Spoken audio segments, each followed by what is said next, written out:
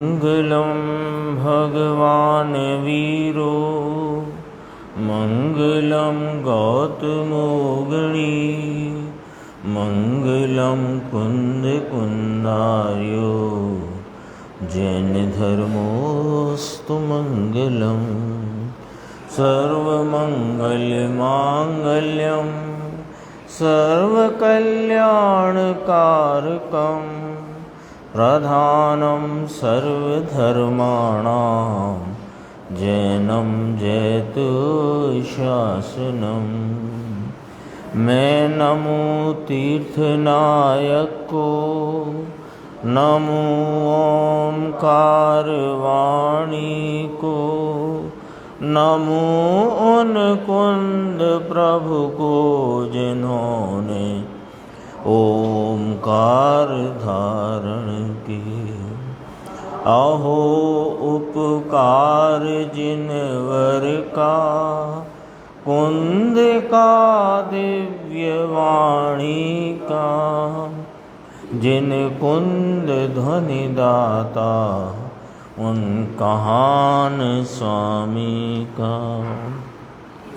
चिदानंदिक रूपाए जिनाए परमात्मने, परमात्म प्रकाशाए नित्यं सिद्धात्मने नमः।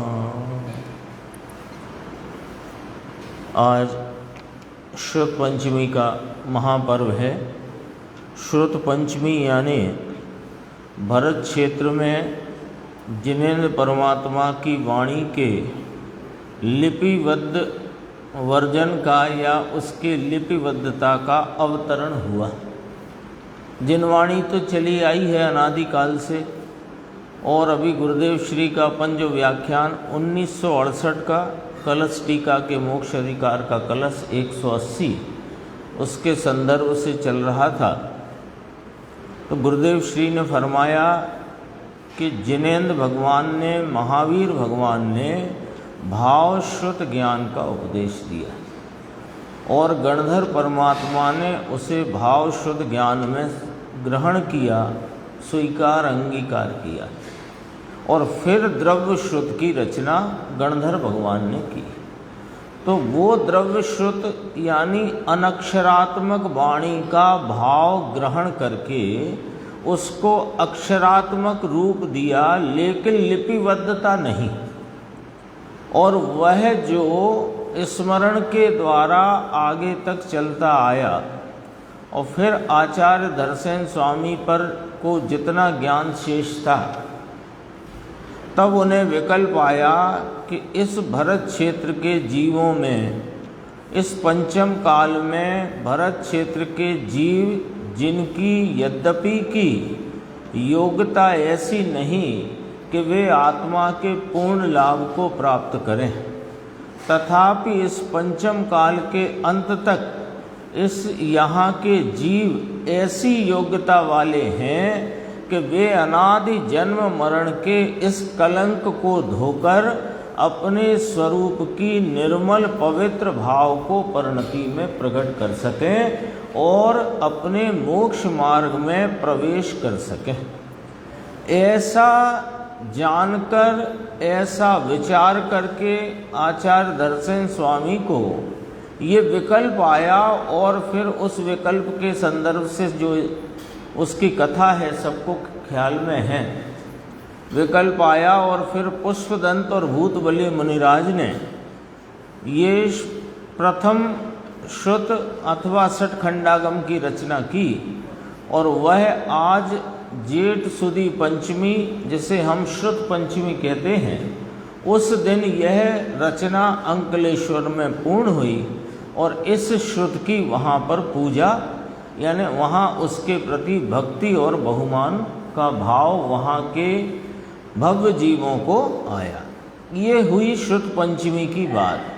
अब थोड़ा अपन विचार इस बात पर करो कि आचार्य धरसेन भगवान को, आचार्य धरसेन स्वामी को ये विकल्प आया कि यह जिनेंद्र परमात्मा की भवतापहारी वाणी, जिसको सुनकर समझकर जीव अपने स्वरूप को जान सकते हैं, पहचान सकते हैं और उसका आश्रय लेकर अपनी परिणति में अतीन्द्रिय आनंद का भाव प्रकट कर सकते हैं। ऐसा विकल्प आया। विकल्प के पीछे विचार क्या था दर्शन स्वामी के, है ना? विकल्प आया कि लिपिबद्ध कर दो, ऐसे नहीं।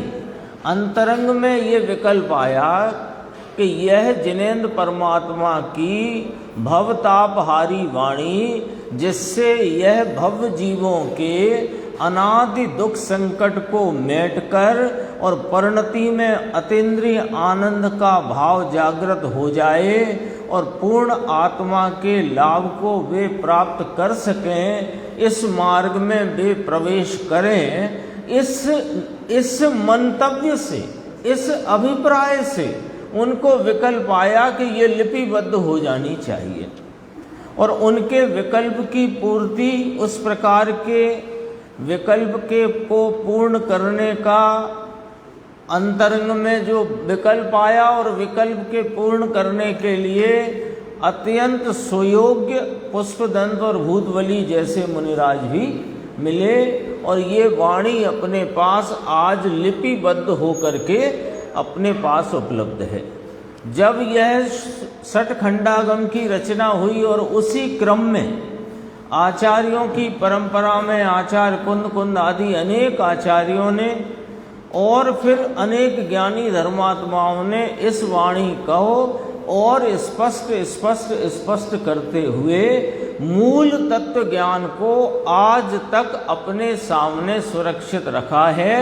और अब हमें पूरा विश्वास है कि यह वाणी पंचम काल के अंत तक सुरक्षित ही नहीं रहेगी, अपितु इसका लाभ लेकर भव्य जीव अपने स्वरूप का आश्रय लेकर परिणति में आनंद और मोक्ष मार्ग की प्राप्ति करेंगे।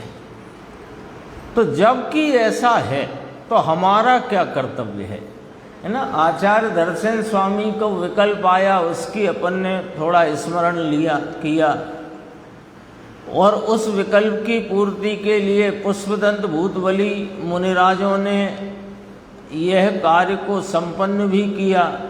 और उनके बाद इस लिपिबद्धता की परंपरा में ताड़पत्रों पर कांटे चुभा कर आचार्य भगवंतों ने जंगल में बैठकर अपने शुद्ध उपयोग की दवात में, है ना, दवात होती ना, पहले दवात में डूब के लिखते थे ना, ऐसे शुद्ध उपयोग में डूब करके यह अनंत उपकारी वाणी हमें सौंपी है। तो हमारी क्या जिम्मेदारी है? अंकुर भाई आपसे पूछ लेते हैं, हमारी क्या जिम्मेदारी है?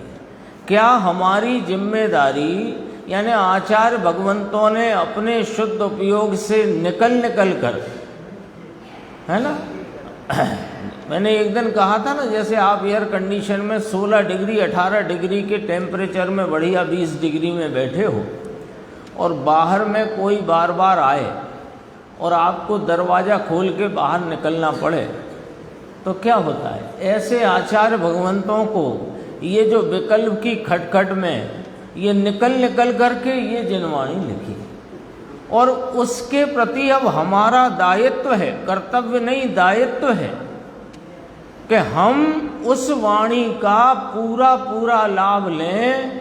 और आज यदि शुद्ध पंचमी पे अपने एक सामान्य परंपरा सामाजिक रूप से है कि जो जिनवाणी मंदिर में है, घरों में है, उस जिनवाणी की हम बैया वृत्ति करें, देख रेख करें, उसमें कोई उसकी जिल्द आदि की व्यवस्था करें, ऐसा परंपरा में है और बहुत सुंदर है। लेकिन आज अपने को इस शुद्ध पंचमी के इस महान पर्व पर प्रतिज्ञा करनी चाहिए कि एक दिन भोजन बिना चलेगा, नींद बिना चलेगा, लेकिन जिनवाणी का स्वाध्याय किए बिना किसी दिन नहीं चलेगा। तब वो हमारा शुद्ध पंचमी पर आचार्य दर्शन को जो विकल्प आया और शुद्ध पंचमी पर उस विकल्प की पूर्ति होकर षटखंडागम रूप जिनवाणी का अवतरण हुआ, तो उसका अवतरण दिवस मनाने का हमारा भाव तभी ही सार्थक होगा जब हम स्वाध्याय में जुड़ने का, स्वाध्याय में लगने का अंतरंग में प्रतिज्ञा करें, प्रयत्न नहीं, प्रतिज्ञा करें। और हम सबके कोई अद्भुत और अपूर्व पुण्य का उदय ऐसा आया है कि सुबह से यहाँ 8:30 बजे से पूज्य गुरुदेव श्री की अनुभव रस भीगी वाणी यहाँ पर गूंजती है।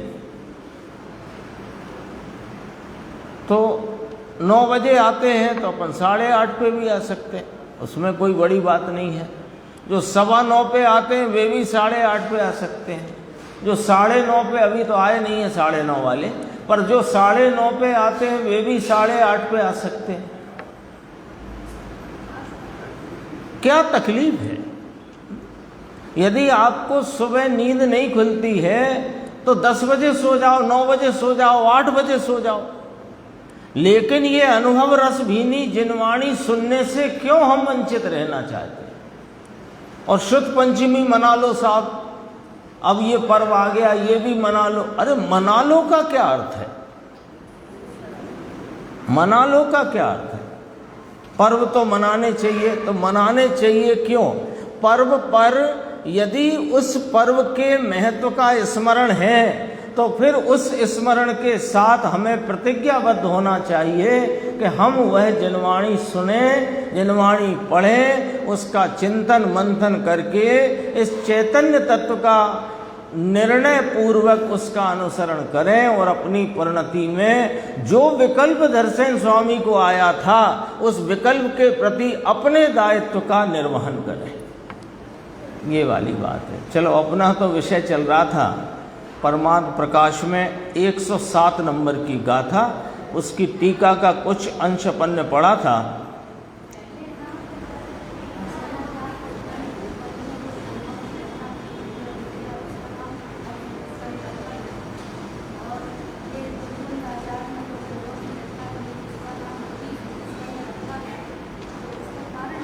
इसका कारण ऐसा है कि प्रथम श्रुत स्कंद की रचना, यानी पहले में पहले लिपिबद्ध जो हुआ तो वह प्रथम श्रुत स्कंद कहलाया।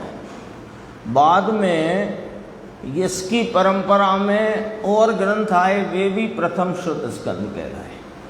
और जब आचार्य कुंद देव का सदेह विदेह जाना हुआ और वहाँ पर जो अंग, दरअसल में आचार्य दर्शन स्वामी को एक अंग का देश ज्ञान शेष रह गया था।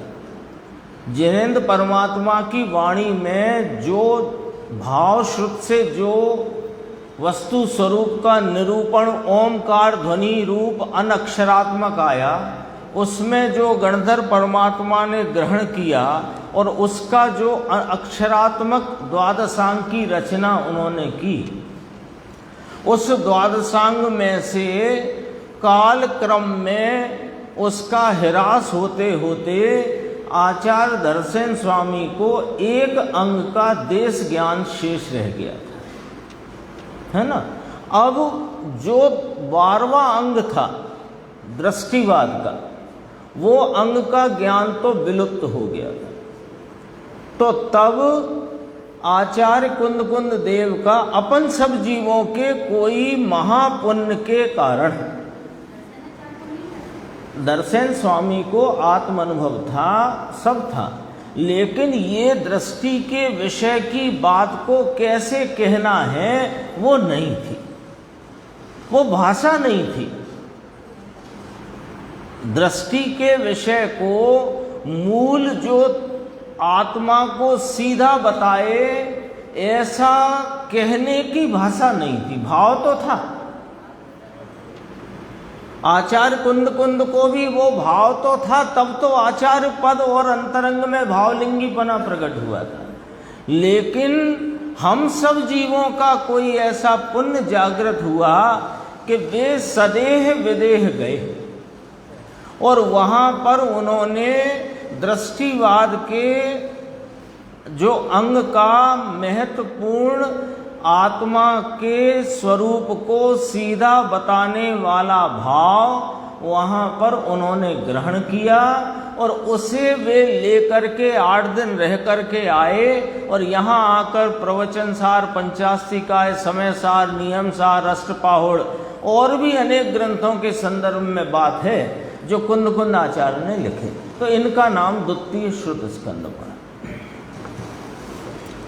अपनी 107 नंबर की गाथा द्वितीय अधिकार परमांत प्रकाश नाम का ग्रंथ आचार्य योगेंद्र देव का रचित, इसमें ये बात कही कि सब जीवों की एक जाति है, जैसे सेना को एक कहा जाता है। कल अपन ने बात की थी Gorkha regiment, Punjab regiment, Patiala regiment, तो ऐसे होने पर भी इंडियन आर्मी एक कहलाती है। आम, अमरूद, केला, जो भी अनेक प्रकार के वृक्ष वन में होने पर भी वन एक कहलाता है। ऐसे सब जीव स्वभाव से केवल ज्ञान, केवल दर्शन स्वरूपी हैं और नर नारकादि भेद, ब्राह्मण, क्षत्रिय, वैश्य आदि भेद, ये सब कर्म जनित भेद हैं। कर्म जनित माने कर्म के उदय के निमित्त से मिले संयोगों के भेद हैं। ठीक है, अब देखो इसमें बात आ गई थी कि निगोद में भी कितनी बात आई, पृथ्वी काय, जल काय, अग्नि काय, वायु काय, नित्य निगोद, सूक्ष्म, इतर निगोद, सूक्ष्म। फिर बादर में निगोद, फिर 2 इंद्री, 3 इंद्री, 4 इंद्री, 5 इंद्री, फिर उसमें संगी असंगी वे कहाँ पाए जाते हैं, कहाँ नहीं पाए जाते, ये चर्चा आई। भवनवासी देव, ज्योतिषिक देव कहाँ हैं, वे अंतर आदि, ये सब बात आ गई थी। अब अपन यहाँ से देखते हैं 335 पेज। ये सभी जीव शुद्ध पारिणामिक परम भाव ग्राहक शुद्ध द्रव्यार्थिक नय से लो। अब ये जो आगे 3 शब्द आए, शुद्ध, पारिणामिक, परम भाव, उसको ग्राहक माने ग्रहण करने वाला, कौन? शुद्ध द्रव्यार्थिक नय। उससे देखो तो जो जीव के इन नर नारकादि भेदों को, ये ब्राह्मण, शूद्र, वैश्य, वर्ण आदि भेदों को, 2 इंद्री, 3 इंद्री, 4 इंद्री आदि भेदों को, पृथ्वी काय, जल काय आदि निगोद रूप भेदों को नहीं देखता, जो नए इन भेदों को नहीं देखता, जो नए नर नारकादि भेदों को नहीं देखता, ऐसा वह कौन सा नय है ना? अभी अपन देखें, ये जीव, ये जीव, ये जीव, ये जीव, ये जीव, और यहाँ रहे हुए अनंत जीव। अब सब जीवों को देखो तो क्या आएगा कि ये निगोद के जीव यहाँ रहे हुए, और ये मनुष्य जीव, और व्यंतर आदि और ज्योतिषिक देव, वैमानिक देव, ये देवगति के जीव। ये काय से देख रहे हो कि ये संयोग से देख रहे हो, और संयोग कहाँ से आया कि वह कर्म के उदय के निमित्त से आया है। तो यदि इन सब भेदों को देखना छोड़ दो, यदि इन सब भेदों को देखना छोड़ दो तो क्या दिखेगा, है ना? जैसे शक्कर है, मिश्री। अब मिश्री की क्या किया कि एक लाल, एक पीली, एक नीली, एक हरी, एक कपड़े की, एक कागज की, एक प्लास्टिक की, ऐसे 20-25 डिब्बियां बनाई या वो पैकिंग करी। तो वो जो मिश्री है अंदर, उसे आप मिश्री तरीके देखोगे तो कितने प्रकार की दिखेगी वो, और उसे पैकिंग की तरफ से देखोगे तो उसमें अनेक प्रकारता दिखेगी। तो पैकिंग की तरफ से नहीं देखना और उसके मूल स्वभाव की तरफ से देखोगे तो शक्ति की अपेक्षा, ये पहले ही का पारिणामिक, ये पारिणामिक शब्द क्यों डाला?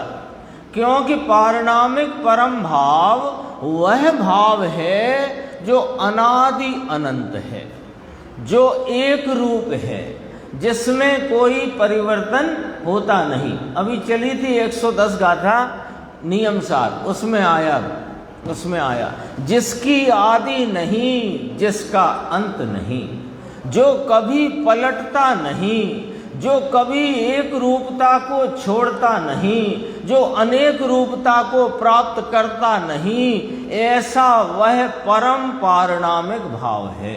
उस भाव से इस द्रव्य को देखो, उस भाव से इस जीव आत्मा को देखो, तो यह तो भैया शक्ति स्वरूपता से भरा पड़ा केवल ज्ञान, केवल दर्शन आदि अनंत गुण स्वरूप है। किसकी बात चल रही है? मेरी बात चलती है ना? ये बहुत विनम्र हैं, बहुत सज्जन हैं, बहुत कर्मठ हैं, इन्होंने इतने बड़े बड़े काम पलक झपकते कर दिए और चेहरे पर अभिमान भी नहीं। ऐसा जब मंच पे बोला जाए तो अंदर में कैसा लगता है? अरे ये अपनी बात चल रही है भाई साहब, परम शुद्ध पारणामिक परम भाव में हूं, जिसकी आदि नहीं, अंत नहीं, जो पलटता नहीं, जो एक रूपता को छोड़ता नहीं, जो कभी अनेक रूप होता नहीं, ऐसा ये ध्रुव गायक टंकोत्कीर्ण भगवान शक्ति स्वरूपता से देखने पर केवल ज्ञान, केवल दर्शन आदि अनंत गुण स्वरूप है।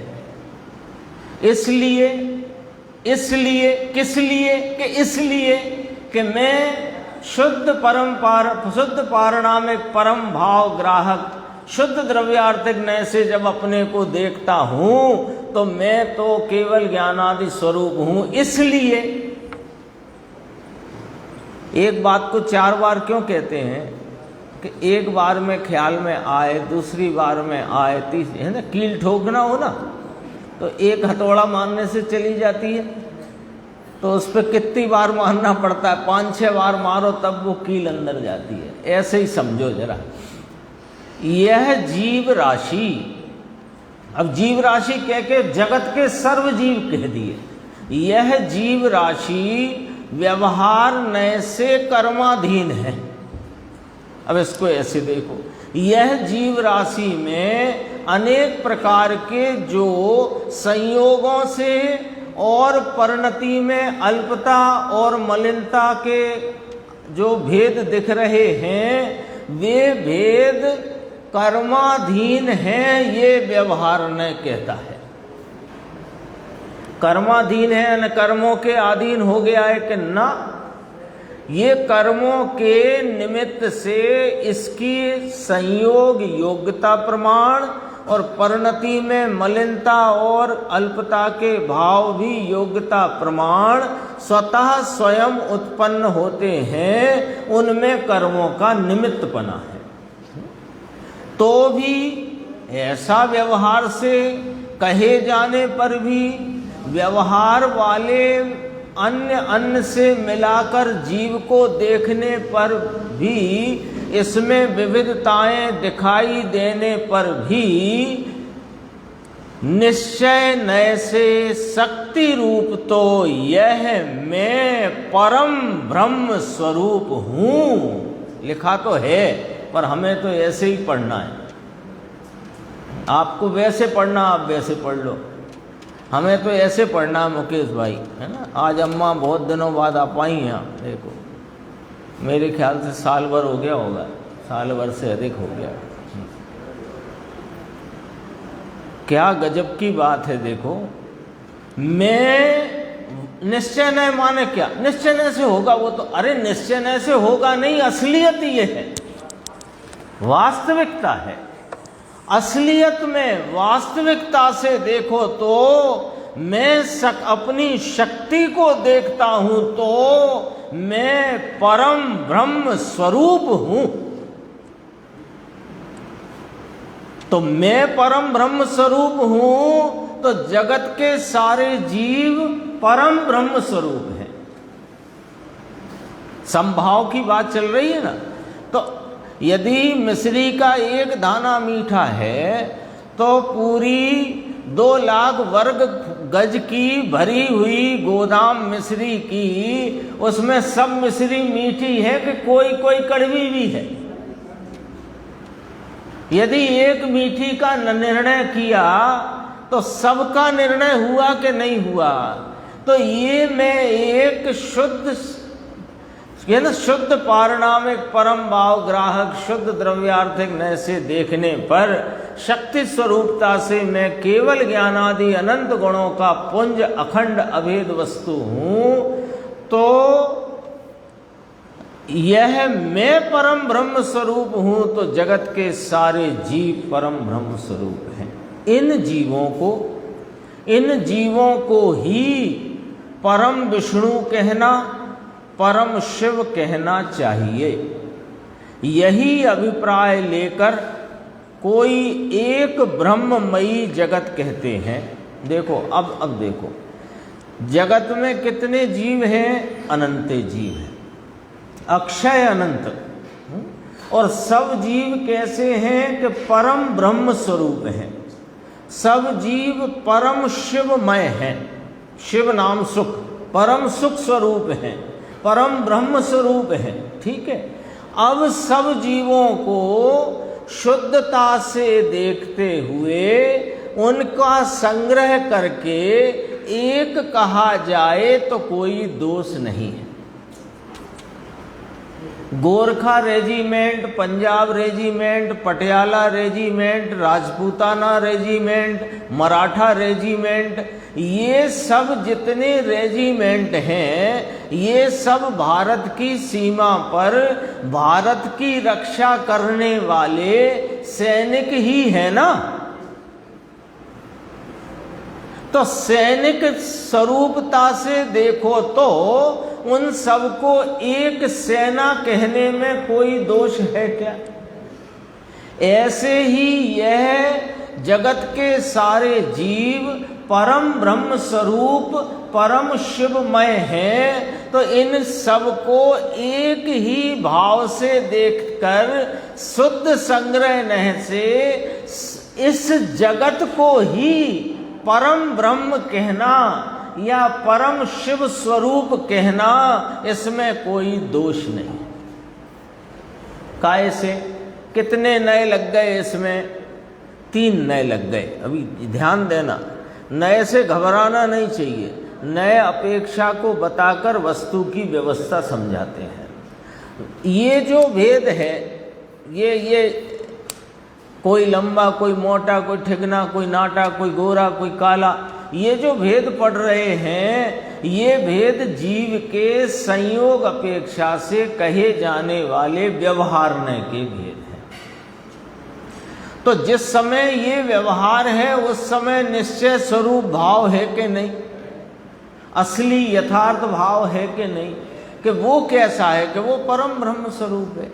अब सबको परम ब्रह्म देखना, ये शुद्ध संग्रह नय है। 3 नय हो गए, एक व्यवहार नय, एक शुद्ध द्रव्यार्थिक नय, और शुद्ध द्रव्यार्थिक नय के से सबको एक रूप देख करके एक कहना, ये शुद्ध संग्रह नय। ख्याल आ गई बात? अभी देखो, शिष्य ने प्रश्न किया। अब देखो, कोई एक विष्णुमय, पूरा जगत कैसा है कि विष्णुमय है, परम ब्रह्म है। जगत कैसा है? परम ब्रह्म है। जगत कैसा है? परम शिव स्वरूप है। जब ऐसा कहा तो फिर यहाँ प्रश्न आया कि आप तो कह रहे हो कि पूरा जगत परम विष्णु है, परम ब्रह्म है, परम शिव है। जब आप पूरे जगत को एक परम शिव रूप, परम ब्रह्म रूप मानते हो, तो अन्य मत वाले को क्यों दूषण देते हो? एको ब्रह्मा द्वितीय नास्ति वाले को। वे भी तो यही कह रहे हैं, अद्वैतवादी वेदांत जो है वो भी तो यही कह रहा है कि एको ब्रह्मा द्वितीयो नास्ति, एक ब्रह्म स्वरूप है पूरा जगत, और आप भी यही कह रहे हो।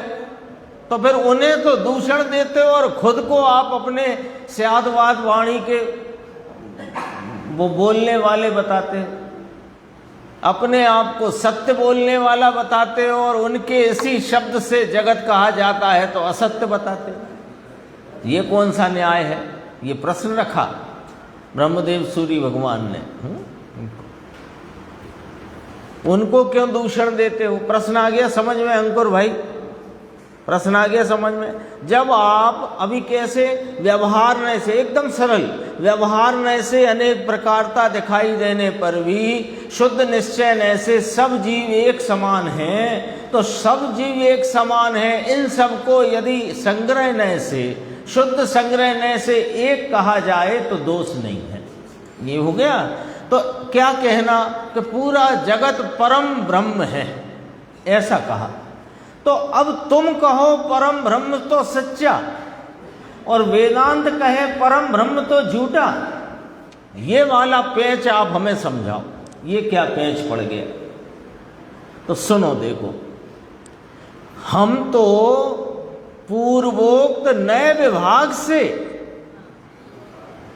अपन ने अभी 3 नए देखे, 3 नए देखे कि नहीं देखे? व्यवहार नय से अनेक प्रकार के भेद हैं, अनंत जीव राशि है, उस अनंत जीव राशि में व्यवहार नय से अनेक प्रकार के भेद हैं। उन भेदों को गौण करके उसके असली स्वभाव शक्ति स्वरूपता से देखने पर सब जीव परम ब्रह्म स्वरूप हैं, और जब सब जीव परम ब्रह्म स्वरूप हैं तो सबको संग्रहने से एक कह देने में कोई दोष नहीं है। ये नए विभाग है। तो हमने नए विभाग से केवल ज्ञानादि गुण की अपेक्षा वीतराग सर्वज्ञ प्रणीत मार्ग से जीवों को ऐसा मानते हैं। हम जीव अनंत हैं, पहले ये मानते हैं। विश्व में जीव एक नहीं है, अनंत हैं, ऐसा मानते हैं। और व्यवहार नय से उनमें विविध रूपताएं दिखती हैं, ये भी जानते हैं। लेकिन स्वभाव से सब एक समान है, ये मानते हैं, और स्वभाव से एक समान देखकर उन्हें एक कह देते हैं। इसलिए हमारे कहने में दोष नहीं है, दूषण नहीं। और इस तरह वे तो नहीं मानते जिनका आप प्रश्न लेकर के आए हो। वे तो एक कोई पुरुष को ही परम ब्रह्म मानते हैं और पूरे जगत का कर्ता हर्ता उसी को मानते हैं। इसका एक न्याय पहले आया था पूर्व की गाथा में कि यदि एक ही है पूरे जगत में तो सबको, एक को दुख होए तो सबको दुख होना चाहिए। उनका कहना एक ही है, एको ब्रह्मा द्वितीयो नास्ति। और ये साहब ये इतने जो दिख रहे हैं ये तो माया है, उसी का रूप है। अच्छा अच्छा, बहुत बहुत अच्छा। अब आप हमें बताओ, एक का पेट में दर्द हुआ, वो जो तुम्हारा एक ब्रह्मा है, तो फिर सबके पेट दुखने चाहिए ना? फिर ये क्या है? बहुत सारे तर्क हैं और अपने सामने जिनवाणी के द्वारा उन सबका निराकरण तर्कों के द्वारा आता ही है। वे एक कोई पुरुष जगत का कर्ता हर्ता मानते हैं, इसलिए उनको दूषण दिया जाता है। उनका कथन, उनकी मान्यता, उनका मत, यह सब दोष रूप है। क्योंकि अब और सुनो, जो कोई एक शुद्ध बुद्ध नित्य मुक्त है, उस शुद्ध बुद्ध को कर्ता हर्तापना हो ही नहीं सकता। तुम तो उसे ईश्वर मानते हो ना, तो ईश्वर है तो वो तो शुद्ध है, वो तो बुद्ध है, और वो तो नित्य है, फिर तो वो तो मुक्त है। तो शुद्ध है, बुद्ध है, नित्य है, मुक्त है, तो शुद्ध बुद्ध को कर्ता हर्तापना हो ही नहीं सकता। और अच्छा है, वह मोह की प्रकृति है, भगवान मोह से रहित हैं, इसलिए कर्ता हर्ता नहीं हो सकते, है ना। कोई कहे कि वे तो कुछ के कर्ता हर्ता नहीं है, मोह के कारण ये सब चल रहा है। अब उसने एक ब्रह्मा रखे थे, अब ब्रह्मा की जो विविध रूपताएं दिखी तो उसने कहा कि ये सब कर्ता हर्ता वो है, कि वो कर्ता हर्ता हैं तो वे कैसे कर्ता हर्ता हो सकते हैं, वे तो शुद्ध बुद्ध हैं। तो कहा नहीं, वे तो कर्ता हर्ता नहीं पर मोह कराता है। तो मोह कराता है तो भगवान तो मोह से रहे थे, तो वे कर्ता हर्ता हो नहीं सकते। कर्ता हर्ता मानना प्रत्यक्ष विरोध है, प्रत्यक्ष विरोध है। हम तो जीव राशि को परम ब्रह्म मानते हैं, उसी जीव राशि से लोक भरा हुआ है। अन्नमति ऐसा मानते हैं कि एक ही ब्रह्म अनंत रूप हो रहा है। जो वही एक सब रूप हो रहा होए तो नरक निगोद स्थान को कौन भोगता है? वही तुम्हारा भगवान। कौन भोगता है फिर ये? नरक में कैसे जन्म होता है अपन ने पढ़ा है ना, औंधे मुंह जाके गिरे और इतना उछले, और नरक में फिर वो लड़ाई झगड़े सब बातें हैं कि नहीं? तो वो सबको कौन भोग रहा है भाई? वो तो एक ही है ना, कौन भोग रहा है? तो तुम्हारे भगवान ये दुख भी भोग रहे हैं और तुम शुद्ध बुद्धि भी कह रहे हो।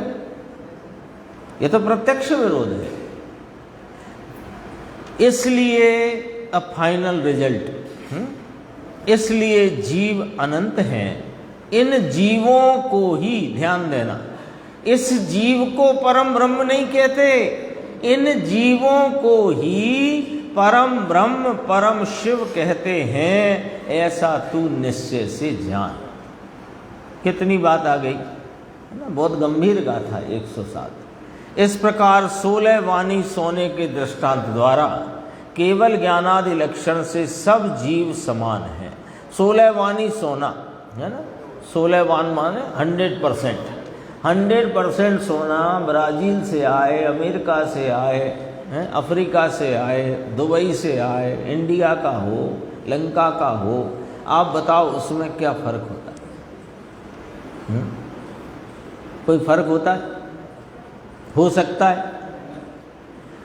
तो यहाँ लिया 16 वाणी सोने के समान सब जीव, केवल ज्ञानादि लक्षण से सब जीव समान है। बोलो, अभी तो सामान्यतया केवल ज्ञान को हमने पर्याय के रूप में सुना जाना समझा। यहाँ तो त्रैकालिक केवल ज्ञान लक्षण स्वरूप प्रत्येक जीव, भले नित्य निगोद का हो, अवव्य हो वो भी। तो अवव्य को केवल ज्ञान वाला कैसे कहना? अरे हम केवल ज्ञानादि स्वरूप, केवल ज्ञान, केवल दर्शन, त्रिकाल लक्षण की बात कर रहे हैं।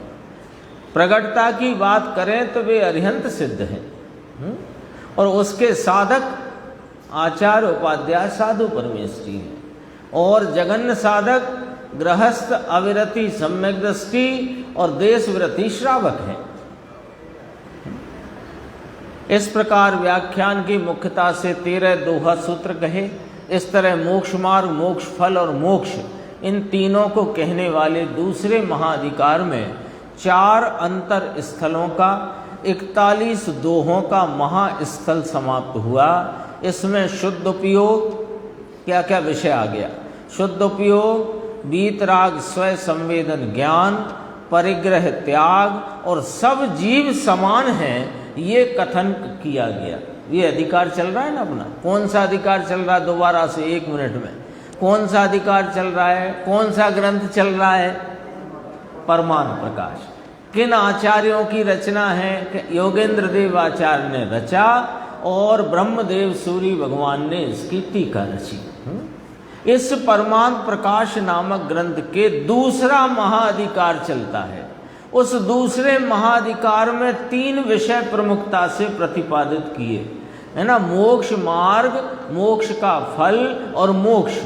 ये 3 बातें यहाँ प्रतिपादित की गई, और उसी मोक्ष मार्ग के स्वरूप का वर्णन करते हुए शुद्धोपयोग, वीतराग स्वय संवेदन ज्ञान, परिग्रह त्याग और सब जीव जगत के समान हैं, इस तरह का निरूपण यहाँ तक आया है। जो गुरुदेव का प्रवचन अपन सुन चुके हैं उसमें से कुछ बात देखते हैं। एक चर्चा तो इसी प्रवचन में स्वपर प्रकाशक की आई थी, वो अपन ने परसों विस्तार से की थी। सुमत भाई नहीं थे उस दिन, है ना, आप सुन लेना, वो बहुत अद्भुत। उसमें गुरुदेव श्री ने 17वीं 18वीं गाथा से बहुत गंभीर चर्चा उसको लिए। देखो ये पेज है अपना 336। यह परमात्म प्रकाश है जो कुछ आत्मा में पूर्ण स्वरूप भगवान वह आत्मा। लो, आत्मा कैसे ना, आत्मा शब्द होता है ना जैसे, तो ऐसे ऐसे एक भाव भाषण होता है ना। जैसे मान लो गर्मी है बहुत और आपके पास फ़ोन आया, मान लो गुना से फ़ोन आया कि यहाँ तो बहुत बढ़िया ठंडी हवा चल रही है और पानी बरस रहा है, तो वो यहाँ तो गर्मी है लेकिन आपको उस समय ठंडी हवा और पानी बरसने वाला भाव भाषण उधर ज्ञान में खड़ा हो जाता है। यहाँ तो गर्मी है और आप कदाचित धूप में खड़े हो उस समय, और फोन आया मित्र का, को साहब कैसा मौसम है, यही तो पूछताछ चलती है आजकल, और क्या चलती है, कैसा मौसम है, उनका हमारे बहुत तेज धूप है भाई, यहाँ तो 40-42 डिग्री चल रहा है, अरे यहाँ तो बढ़िया एकदम हल्के हल्के पानी गिर रहा है, ठंडी हवा चल रही। अब वो यहाँ प्रत्यक्ष में आपको धूप है संयोग में, लेकिन भाव भाषण आ गया कि नहीं आ गया। ऐसे यहाँ जरा कहते हैं कि जब आचार्य भगवान, ज्ञानी धर्मात्मा, अनुभवी पुरुष जब आत्मा शब्द पुकारते हैं तो अपने को लगना चाहिए कि जो कुछ पूर्ण स्वरूप भगवान है वह आत्मा। आत्मा शब्द पुकारा ना कि हे आत्मन, तो हे आत्मन तो मुझे पुकारा, और मैं कैसा हूं कि परिपूर्ण स्वरूप भगवान स्वरूप हूं, ऐसा वहां पर भाव भाषण विकल्प रूप तो आना चाहिए।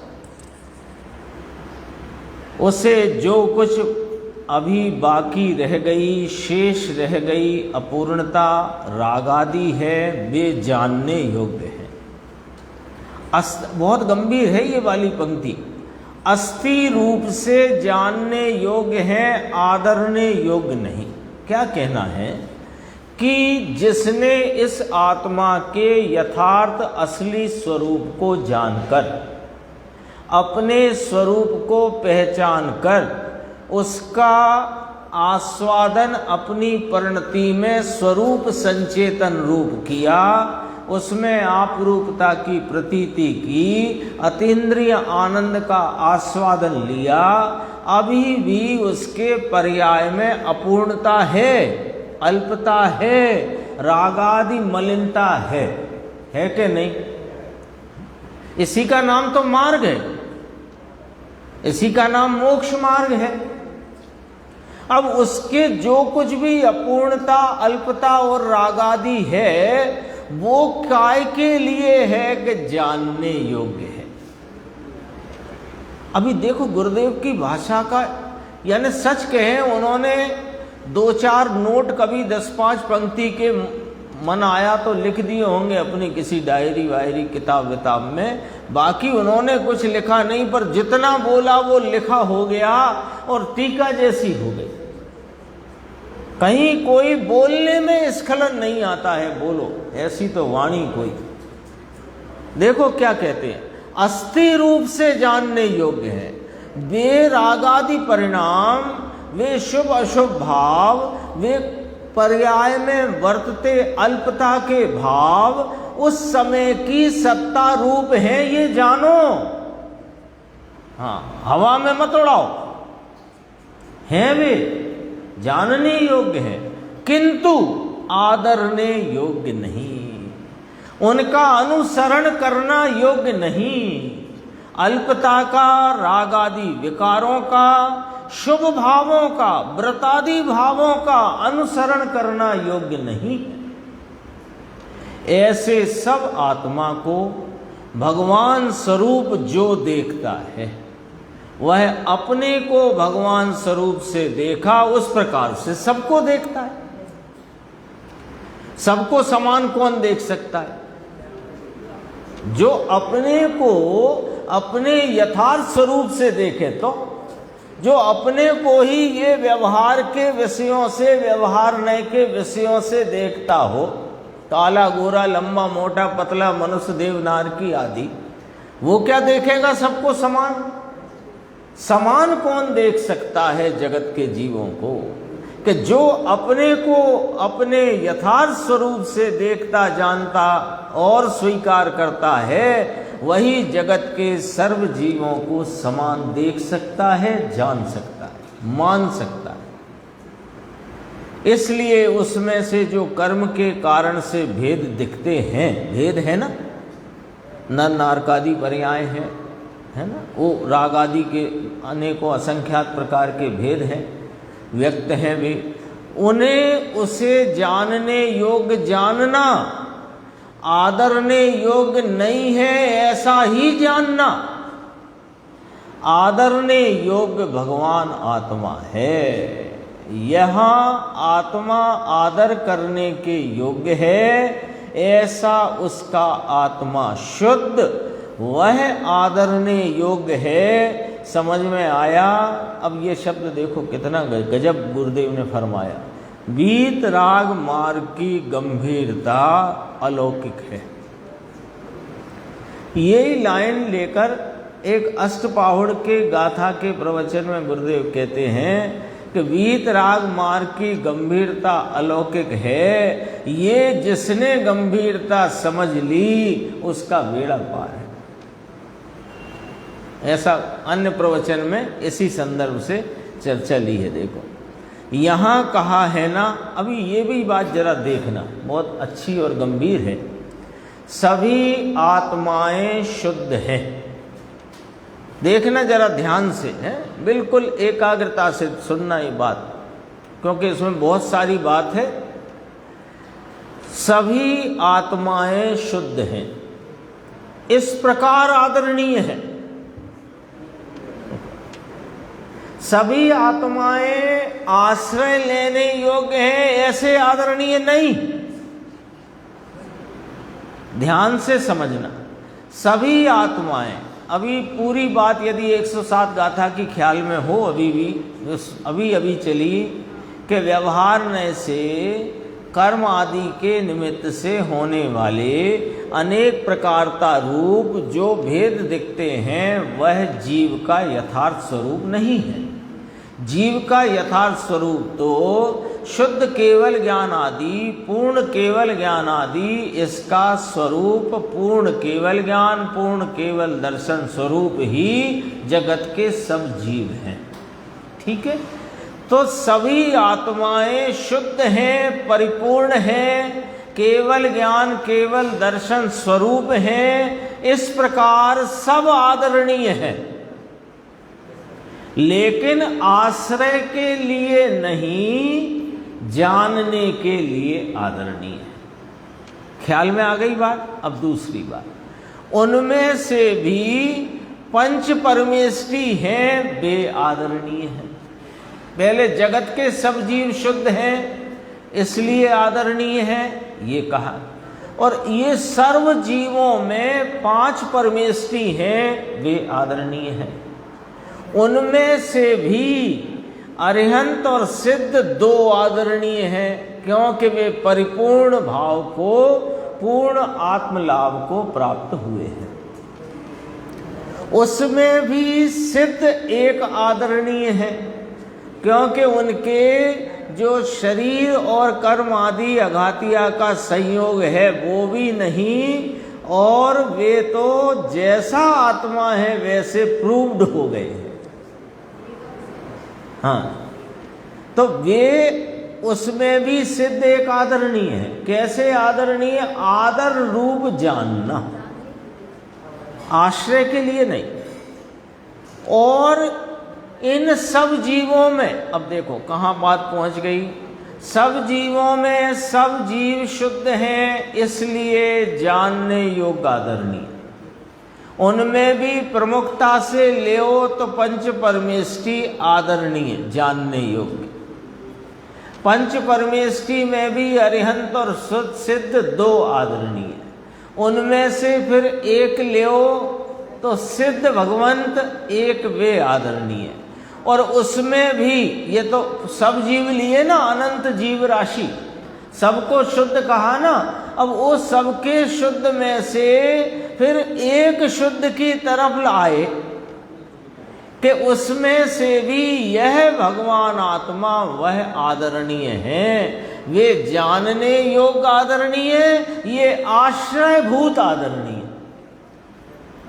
ऐसी गजब गजब की बातें ये ज्ञानी धर्मात्मा हमें समझो भेंट में दे गए, है ना, प्रसाद दे गए। ये गजब का प्रसाद है। एक अपना वह आदरणीय है, ये ऐसी बातें हैं, वीतराग की बातें जगत से अलग हैं भाई, है ना, जगत से पूरी अलग है।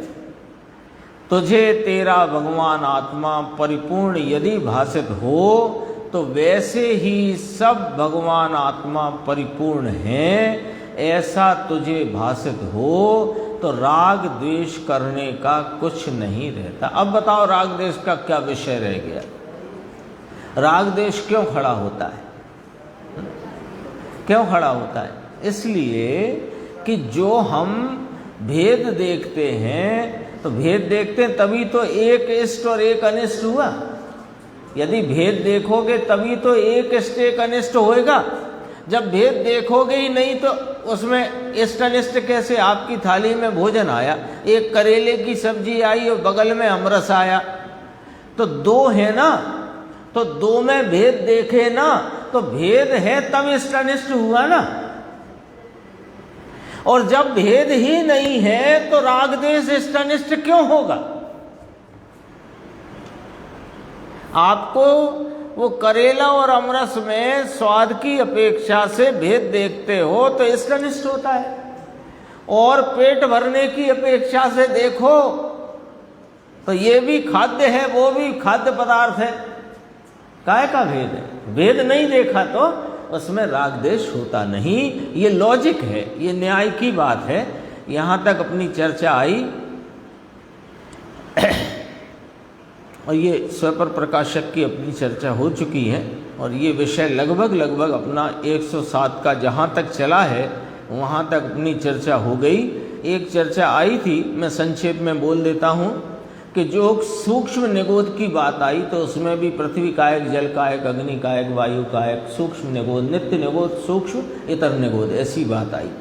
फिर बादर निगोद की भी बात आई, पृथ्वी कायक, बादर आदि। तो उसमें इतना है कि सूक्ष्म जितना निगोद की बात जिस जिस भेद से कही, वे सब इस लोक में ठसाठस भरे हुए हैं, और जो बादर की बात है वो संपूर्ण लोक में नहीं है, कहीं कहीं हैं, और उनको आधार रूप है वहाँ वे हैं। और ये नित्य निगोद जो सूक्ष्म कहा, नित्य निगोद, इतर निगोद, पृथ्वी कायक, जल कायक, वायु अग्नि कायक, सब वो बिना आधार के सर्वलोक में ठसाठस भरे। ये चर्चा आ गई थी, यहाँ तक अपनी आज की चर्चा आई। ये दृश्य है, ये एक भजन यहाँ प्रस्तुत करना चाहते।